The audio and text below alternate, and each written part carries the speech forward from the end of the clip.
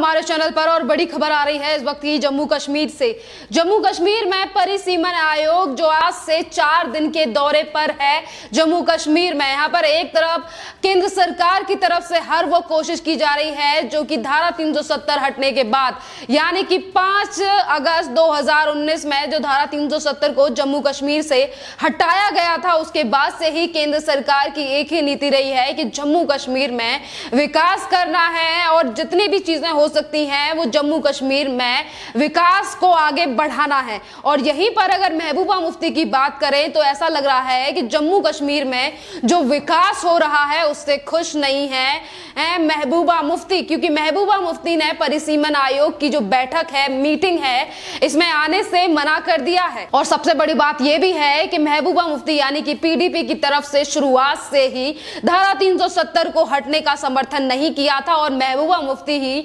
वही नेता हैं जो इस तरीके से बयान देती थी और ये कहती थी कि जम्मू कश्मीर में कोई भी झंडा उठाने वाला नहीं मिलेगा अगर धारा 370 या 35A को हटाने का प्रयास किया। और आज अगर सरकार की तरफ से अगर कोई भी छोटी से छोटी या फिर बड़ी कोशिश की जा रही है तो उसको लेकर महबूबा मुफ्ती के लिए ऐसा समझ लीजिए कि वो एक बड़ा झटका है। अब आने वाले सालों में जम्मू कश्मीर में विधानसभा के चुनाव स्टार्ट हो जाएंगे और उसी की पहली कार्यप्रणाली, मतलब उसी का काम करने के लिए परिसीमन आयोग को भेजा गया है जम्मू कश्मीर। और ये पूरा काम हो रहा है सुप्रीम कोर्ट की रिटायर्ड जज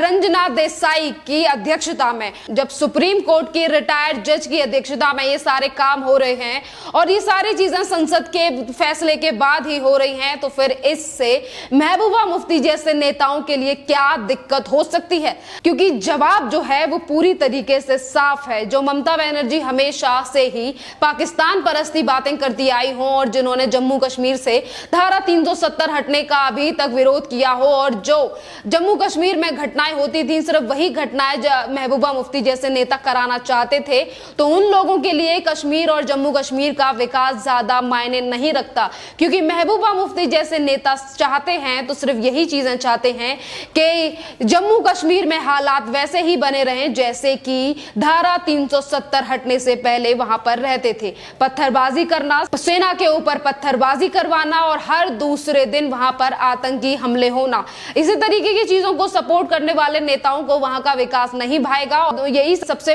बड़ा मेन कारण है जिसकी वजह से महबूबा मुफ्ती ने परिसीमन आयोग की टीम से मिलने से मना कर दिया और उन्होंने साथ में यह भी हवाला दिया कि यहाँ के लोगों का जो दुख दर्द है इसकी वजह से मैं नहीं आ सकती। और उसके बाद महबूबा मुफ्ती ने लिख डाली एक चिट्ठी परिसीमन आयोग के लिए जिसमें उन्होंने तमाम वो आरोप लगाए और ये तक कह दिया कि धारा 370 हटना जम्मू कश्मीर से ठीक नहीं था। पर जो अब यहाँ पर एक और बड़ी बात यह है, 24 जून को ही अभी ऑल पार्टी मीटिंग भी हो चुकी है प्रधानमंत्री के साथ, जहां पर महबूबा मुफ्ती की तरफ से मीटिंग में धारा 370 को लेकर कोई बात नहीं की गई थी और ना ही तो फारूक अब्दुल्ला की तरफ से प्रधानमंत्री नरेंद्र मोदी और गृह मंत्री अमित शाह के सामने एक बात नहीं कही गई। और जैसे ही वो मीटिंग खत्म हुई थी इन दोनों ने अब जहर उगलना शुरू कर दिया था। आप चीजें समझ सकते हो कि जब प्रधानमंत्री के सामने बैठे हुए लोग जम्मू कश्मीर की समस्या नहीं गिनवाते, क्योंकि वहां पर इन्हें जवाब मिल जाता कि आखिरकार बताइए क्या चीजें खराब हैं जम्मू कश्मीर में।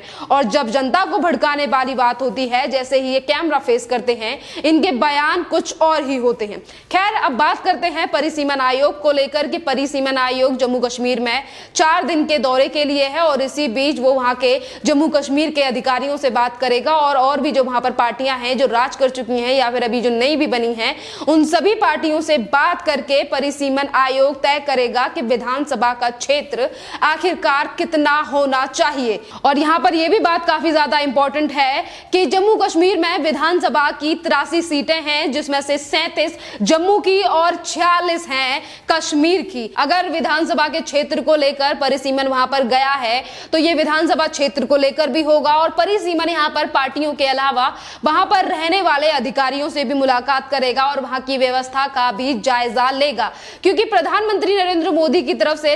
पिछले साल स्वतंत्रता दिवस के दिन ही बोल दिया गया था कि आने वाले टाइम पर जम्मू कश्मीर में विधानसभा के चुनाव होंगे और विधानसभा चुनाव के लिए परिसीमन काफी ज्यादा जरूरी होता है और ये आप बात अच्छी तरीके से जानते भी हैं। अगर परिसीमन परिसीमन की बात करें तो लास्ट जो परिसीमन था वो जम्मू कश्मीर में 1995 यानी कि 1995 में हुआ था। और अगर हम बात 1991 की करें तो उस टाइम पे जम्मू कश्मीर में जनगणना नहीं हुई थी। और यहाँ पर अगर हम फारूक अब्दुल्ला के बयान की बात करें तो फारूक अब्दुल्ला की तरफ से ये कहा गया है कि परिसीमन का काम जो है वो 2011 की मतगणना के अकॉर्डिंग नहीं किया जाना चाहिए और फिर से जनगणना होनी चाहिए। अब ये भी चीज है कि अगर संसद की तरफ से कानून पास किया गया है और संसद की तरफ से कहा गया है कि परिसीमन की टीम वहां पर जाए और सारी चीजों का जायजा ले और उसके बाद विधानसभा का क्षेत्र बताए कि आखिरकार कितने क्षेत्र में विधानसभा और किस तरीके से काम विधानसभा को लेकर किया जा सकता है। अब यहाँ पर बात करते हैं इन सारी पार्टियों को लेकर के एक एक करके अगर परिसीमन की टीम इनसे मुलाकात करती है। वैसे तो परिसीमन की टीम यहाँ से 4 दिन के दौरे के लिए गई है, जिसमें से 2 दिन वो जम्मू और 2 दिन वो कश्मीर में रुकेगी और सारी चीजों का जायजा लेगी। एक बड़ा खतरा उन लोगों के लिए भी है जिन्होंने हाथों कर दी है, यानी कि गुपकर गैंग की भी अगर हम बात करें तो जम्मू कश्मीर के ये जो गुपकर गैंग है और इसकी जब प्रधानमंत्री नरेंद्र मोदी के साथ बैठक हुई थी तो इसी में से कुछ नेता बाहर निकल कर आए थे। उनकी तरफ से कहा गया था, जैसे कि गुलाम नबी आजाद, उनकी तरफ से कहा गया था कि प्रधानमंत्री नरेंद्र मोदी की तरफ से हमसे बात की गई और आने वाले टाइम पर अगर विधानसभा के चुनाव होते हैं तो वो काफी ज्यादा फायदेमंद होंगे, क्योंकि अभी तक जिस तरीके से राजनीति होती आई है जम्मू कश्मीर में उसे अच्छी तरीके से लोग जानते हैं कि बजट कितना ज्यादा लिया जाता था केंद्र सरकार से और काम के नाम पर जम्मू कश्मीर में किस तरीके से व्यवस्थाएं दी जाती हैं। और यही एक मेन कारण है जिसकी वजह से महबूबा मुफ्ती और उमर अब्दुल्ला जैसे लोग परेशान हैं, क्योंकि अब वो वहां पर जब जिस तरीके से वो भी राज्य बन जाएंगे हमारे देश के और वहां पर भी जब विधानसभा के चुनाव होने लगेंगे और वहां की जनता भी जब एक एक करके मतलब काम के आधार पर वोट देगी तो शायद इस तरीके के जो नेता यानी कि फारूक अब्दुल्ला हो या फिर महबूबा मुफ्ती जैसे नेता हैं उनकी मुश्किलें बढ़ जाएंगी। और यही कारण है जिसकी वजह से हर एक नया बहाना बनाया जा रहा है जम्मू कश्मीर में विकास को रोकने के लिए। जम्मू कश्मीर की बात वो महबूबा मुफ्ती करती हैं जो हर बात पर पाकिस्तान परस्ती बातें करती हैं।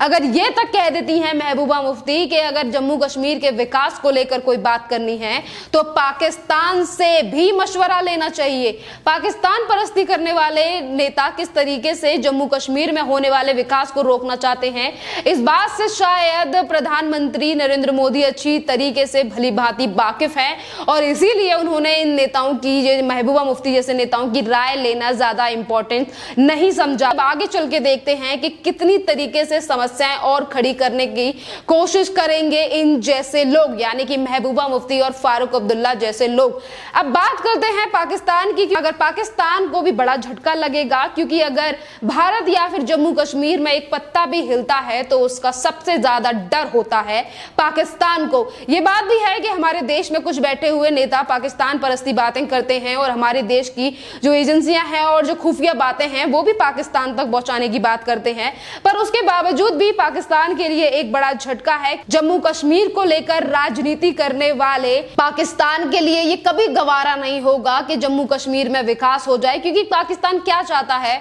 वो अच्छी तरीके से जानते हैं, क्योंकि पाकिस्तान में ज्यादातर जो आतंकवादी आते हैं वो इसी रास्ते से भारत में भेजे जाते थे और अब उन सारी चीजों पर लग जाएगी लगाम। परिसीमन का जो दौरा है जम्मू कश्मीर में, इसके चलते जम्मू कश्मीर में जो व्यवस्था है, जो सुरक्षा है, उसे भी टाइट कर दिया गया है, क्योंकि हमारे देश में ही कुछ ऐसी पार्टी हैं जो चाहती हैं कि इस टाइम पे कुछ बड़ी चीजें हो जाए, आतंकवादी हमला भी हो जाए, जिसके लिए हम केंद्र सरकार को जिम्मेदार ठहरा सकें। बट ऐसा कुछ होने वाला है नहीं, क्योंकि अभी इससे पहले अगर हम बात करें उपराज्यपाल मनोज सिन्हा की बात करें जो कि जम्मू कश्मीर के उपराज्यपाल हैं, अगर उनके बारे में बात की जाए तो वो भी कह चुके हैं कि धारा 370 को लेकर बात करने वाले लोगों के लिए ये जो परिसीमन की टीम वहां पर जा रही है, आयोग जा रहा है, ये कभी भी उन लोगों के लिए गवारा नहीं होगा। और जब मनोज सिन्हा से पूछा गया कि विकास को लेकर आप क्या कहेंगे तो उन्होंने कहा कि इसमें ज्यादा देखने वाली बात नहीं है। आपको भी पता है कि धारा 370 और 35 से हटने के बाद जम्मू कश्मीर में कितना ज्यादा बदलाव आया है, क्योंकि चीजों में काफी ज्यादा चेंजेस आए हैं। जिस तरीके से पहले पाबंदियां थी कुछ चीजों को लेकर, दलितों के साथ किस तरीके से व्यवहार किया जाता था जम्मू कश्मीर में, अब उन सारी चीजों पर रोक है। और इस टाइम पर अगर केंद्र सरकार का किसी चीज पर फोकस है तो वो इसी चीज पर है कि जल्दी से जल्दी विधानसभा के चुनाव जम्मू कश्मीर में हो और यहाँ पर हर वो व्यवस्था दी जाए जो कि अन्य राज्यों में भी दी गई है, वो भी केंद्र सरकार के द्वारा। इसी तरीके से और भी ज्यादा अपडेट्स के लिए बने रहिए हमारे चैनल के साथ। जय हिंद।